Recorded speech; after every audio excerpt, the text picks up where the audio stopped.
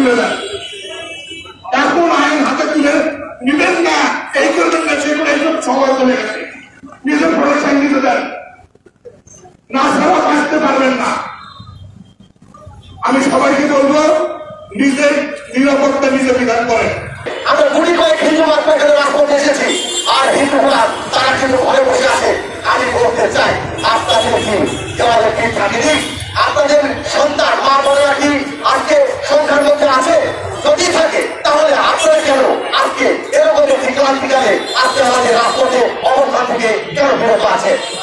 সরকারের সকল পর্যায়ে সংখ্যালঘুদের যথাযথ প্রতিনিধিত্ব নিশ্চিত করা, বিদ্যমান জাতীয় মানবাধিকার কমিশনের ন্যায় পৃথক স্বতন্ত্র জাতীয় সংখ্যালঘু সুরক্ষা কমিশন গঠন, যা সংখ্যালঘুদের উপর হামলা নির্যাতনের ঘটনাগুলোকে নথিবদ্ধ করে আইনি প্রক্রিয়ায় সহায়তাপূর্বক ন্যায় বিচার প্রাপ্তিতে সহায়তা করবে।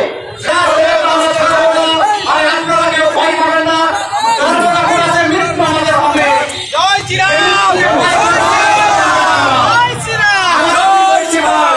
এই বাংলা থেকে যদি আমরা হিন্দুরা চলে যায়, তাহলে যারা থাকবে তারা আরো সংখ্যালঘু হয়ে যাবে, তারা থাকতে পারবে না, তারা কখনোই আর হিন্দুর পরিচয় দিতে পারবে না। আমরা এক চলে যাবো না, আমরা সবাই বাংলাদেশে থাকবো, যার জায়গায় অবস্থান করবো, যেখানে অন্যায় দেখবেন প্রতিবাদ করবেন। আপনারা যদি না বলেন তাদের নাম ঠিকানা লিখে আমার কাছে জমা দেন, আমি তাদের ব্যবস্থা করছি। মনে রাখবেন, আমরা এই দেশের নাগরিক, আমাদের পূর্বপুরুষ এই দেশের জন্ম।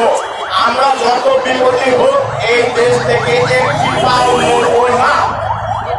আমাদের কিছু ভুল ত্রুটি থাকে, আমাদের রাজনীতিবিদরা আমাদের উপর বন্দুক রেখে সেই ভুল ত্রুটিগুলো মানে তারা সুযোগ দেয়। আমরা কোন রাজনীতির দলের লেবল ভিত্তি করতে চাই না। আমরা চাই আমাদের সার্বভৌমত্ব, আমাদের জীবনের নিরাপত্তা, আমরা স্বাধীনভাবে চলাফেরা করবো, আমরা পরিবার নিয়ে সুখী থাকবো। এর বেশি কিছু আমাদের সরকারের কাছে চাওয়ার দেয়।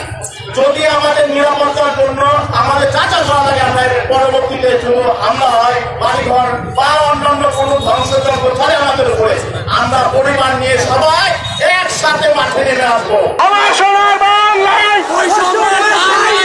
আমার সোনার বাংলায়, আমরা ব্যানারে বসে যাই, সবাইকে ধরো অবগত করে আসছে, আমরা ব্যানারে বসে যাই।